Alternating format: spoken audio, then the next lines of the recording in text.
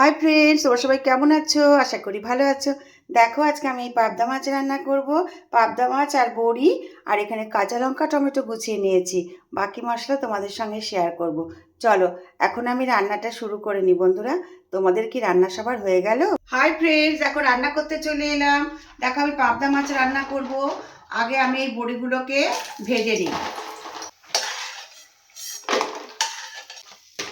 আমি এর মধ্যে একটু কালো জিরে আর কাঁচা লঙ্কা দিয়ে দেব।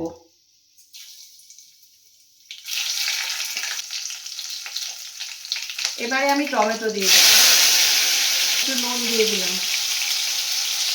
এর মধ্যে আমি আদা বাটা দিয়ে দিলাম, পরিমাণ মতো হলুদ দিয়ে দিলাম, ধনে জিরের গুঁড়ো দিয়ে দিলাম,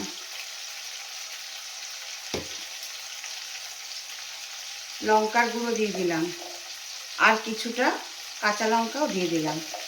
এবারে আমি এর মধ্যে একটু জল দেব, অল্প একটু জল দিলাম।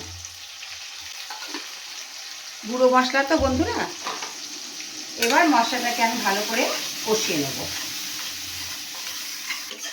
মশলাটা আমার কষানো হয়ে গেছে, থেকে দেখো তেল ছেড়ে দিয়েছে। এবারে আমি এর মধ্যে এই পাবদা মাছ দেব। পাবদা মাছগুলোকে দিয়ে আমি ভালো করে ভাজবো মশলার সাথে। তো পাবদা মাছটাকে আমি ভালো করে দেখো তেলের এই মশলার সাথে ভেজে নিয়েছি। একদম তেল ছেড়ে দিয়েছে আর কড়াই থেকেও ছেড়ে দিয়েছে, দেখতে পাচ্ছ? এর মধ্যে আমি এই যে ভেজে রাখা বড়িগুলোকে দিয়ে দিলাম। এবারে আমি এর মধ্যে একটু জল দিয়ে দেবো।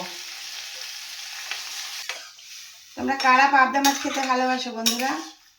আমি কিন্তু ভালোবাসি। পাবদা মাছটা আমার অলমোস্ট ডান। এবার আমি এটাকে বাটিতে সার্ভ করে দেব।